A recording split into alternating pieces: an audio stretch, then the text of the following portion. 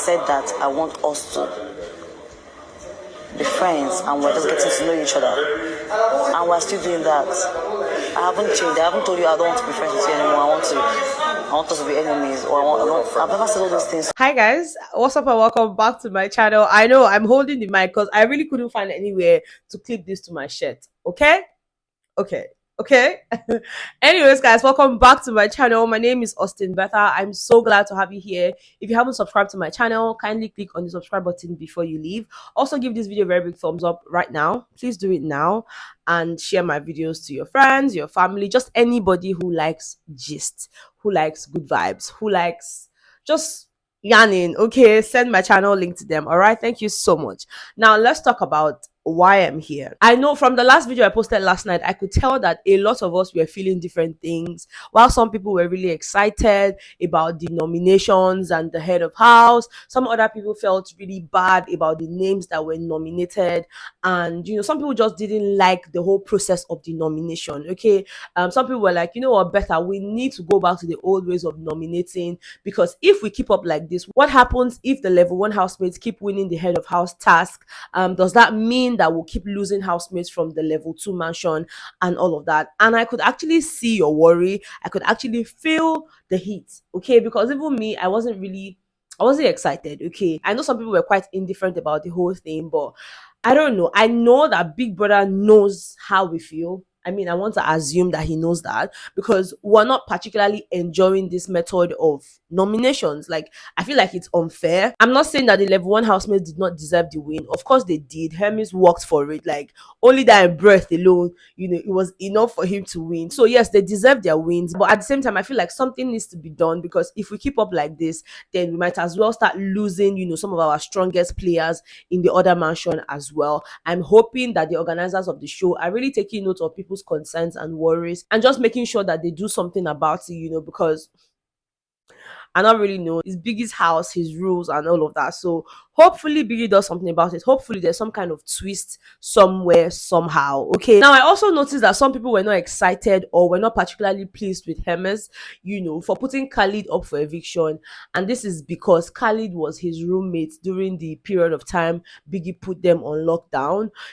So some people felt like, why would you put up your roommate and all of that? Why would you do that? You could have called any other person but Khalid. You guys spent time together and all of that. But guys, let me tell you, even Khalid wasn't surprised. Okay, Khalid had a conversation with Saif, because even when they mentioned the name, Saif was like, oh, and Khalid said it though, and Khalid said it. So Khalid had already told Saif that Hermes saw him as some sort of threat. So it wasn't surprising when Hermes mentioned that to Big Brother. Big Brother actually asked him why he was putting up the people he mentioned, and for Khalid, he mentioned that Khalid was a threat to him. He did not even say it was a threat to the house in general. He said Khalid was a threat to him. So that kind of sealed up everything that Khalid said to Saif.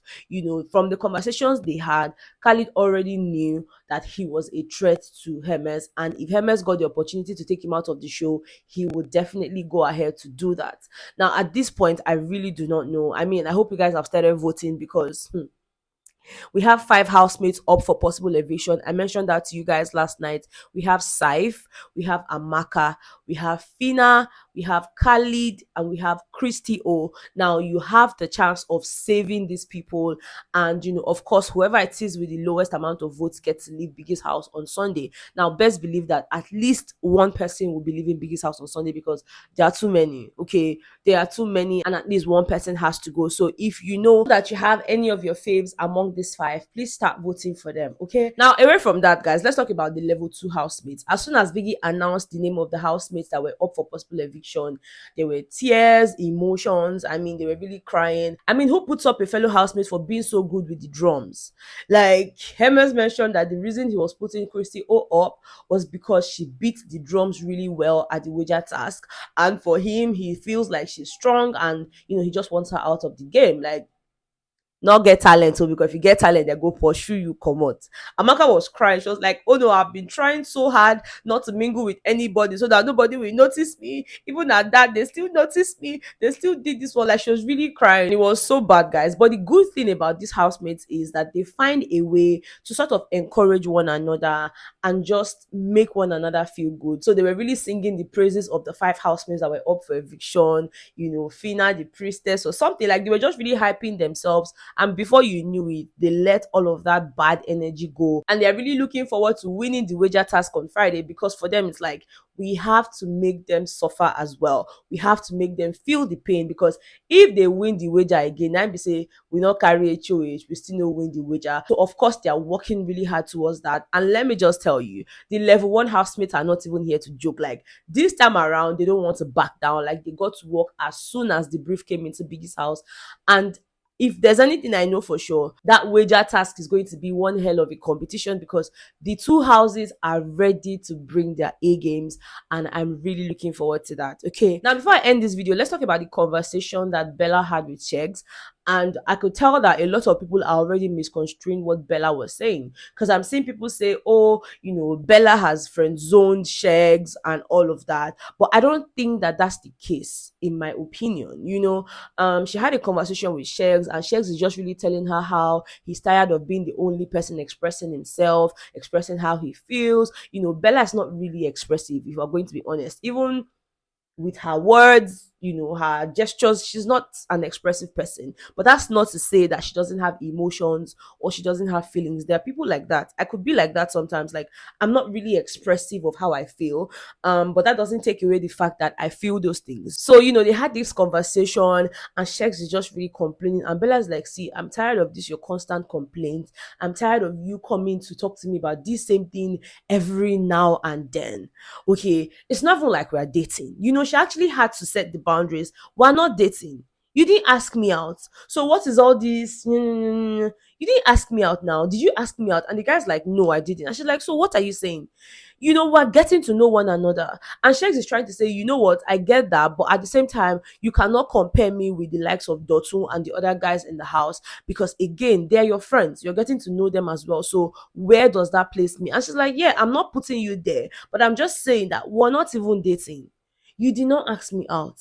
We're getting to know one another. Not even dating. Have you asked me out? Do you think this is how it dates? I can't ask you out here. Exactly. I'm trying to say, we're not dating. We're not in a relationship. Yeah, and I don't want to be in a relationship anyway, So we're getting to know each other. Yes, I may not be as expressive as you are, but I'm definitely making an effort. And she started listing some of the things that she's been doing. She's like, number 1, when we came in here, you couldn't even hold my hands. Like, I would not even let anybody come close, let alone holding my hands. But now you hold my hands freely. Now we can stay under the same duvet to sleep. I even drink your water. That's how bad. Like, she doesn't share water with people. But she's telling Sheggsz, I even drink your water. That's me making an effort.